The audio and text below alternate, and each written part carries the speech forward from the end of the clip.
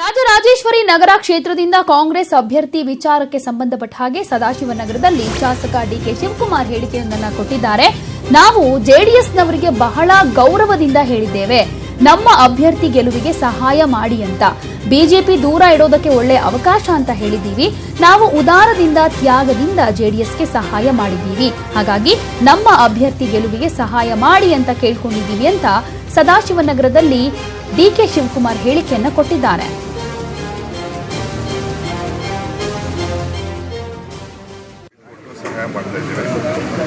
ಎಲ್ಲ ಜಾತ್ಯತೀತ ಜನತಾದಳದ ಕಾರ್ಯಕರ್ತರಿಗೆ, ಮತದಾರರಿಗೆ ನಮ್ಮ ದೊಡ್ಡ ತ್ಯಾಗ ಗಮನದಲ್ಲಿ ಇಟ್ಕೊಂಡು, ಕಾಂಗ್ರೆಸ್ ತ್ಯಾಗ ಗಮನದಲ್ಲಿ ಇಟ್ಕೊಂಡು ಸಹಾಯ ಮಾಡ್ತಾ ಇದ್ದೀವಿ.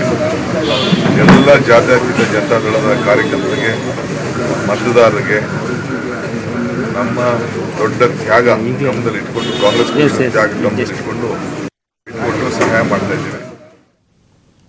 ಬೆಂಗಳೂರಿನ ಆರ್ಆರ್ ನಗರದಲ್ಲಿ ಜೆಡಿಎಸ್ ಅಭ್ಯರ್ಥಿ ರಾಮಚಂದ್ರ ಭರ್ಜರಿ ಪ್ರಚಾರವನ್ನ ಮಾಡ್ತಾ ಇದ್ದಾರೆ.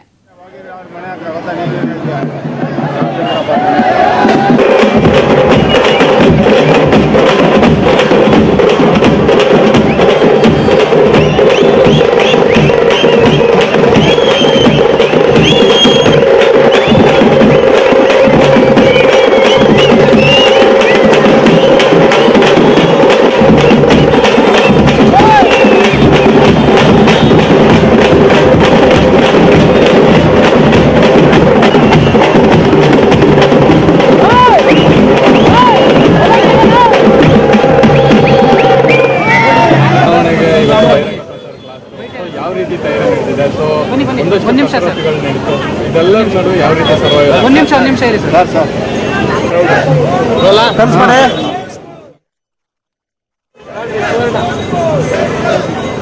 ಹೇಳಿ ಸರ್, ಈಗ ಯಾವ ರೀತಿ ನಡೀತಾ ಇದೆ ಕ್ಯಾಂಪೇನ್? ಸೊ ಇವತ್ತು ಬಹಿರಂಗ ಪ್ರಚಾರ ಕ್ಲಾಸ್ ಏನು ನಡೀತಾ ಇದೆ?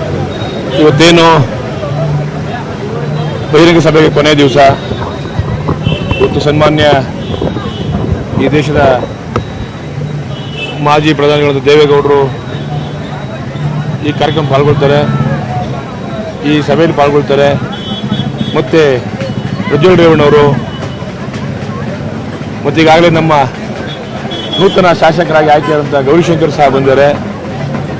ಇವತ್ತೇನು ನಮ್ಮ ವಿಧಾನಸಭಾ ಕ್ಷೇತ್ರದ ಪೂರ್ತಿ ಎಲ್ಲ ಬೆಂಗಳೂರಿನ ನೂತನ ಶಾಸಕರು, ಹಾಗೆ ಮಾಜಿ ಮಂತ್ರಿಗಳು, ಮಾಜಿ ಶಾಸಕರುಗಳು ಎಲ್ಲರೂ ಸಹ ಇವತ್ತು ಬೆಳಗ್ಗೆಯಿಂದಲೇ ಪಾದಯಾತ್ರೆ ಮತ್ತು ಮನೆ ಮನೆ ಭೇಟಿ ಪ್ರಾರಂಭ ಮಾಡಿದ್ದಾರೆ. ಭಾಳ ಯಶಸ್ವಿಯಾಗಿ ನಡೀತಾ ಇದೆ. ಜನಗಳ ಒಂದು ಮನ್ನಣೆ ಕೂಡ ಅಷ್ಟೇ ಒಳ್ಳೆಯ ರೀತಿಯಲ್ಲಿ ಸಿಗ್ತಾ ಇದೆ. ಭಾಳ ಚೆನ್ನಾಗಿ ನಡೀತಾ ಇದೆ. ಸರ್, ಈಗ ಎಲ್ಲ ಒಂದು ಕಡೆ ಮೈತ್ರಿ ಮಾಡ್ಕೊಬೇಕು ಅನ್ನೋಂಥ ಇತ್ತು, ಆದರೆ ಇಬ್ಬರು ಕೂಡ ಒಪ್ಪಿಲ್ಲ. ಸೊ ಈಗ ಫೈಟ್ ಯಾವ ಥರ ಇರುತ್ತೆ ಅಂತ?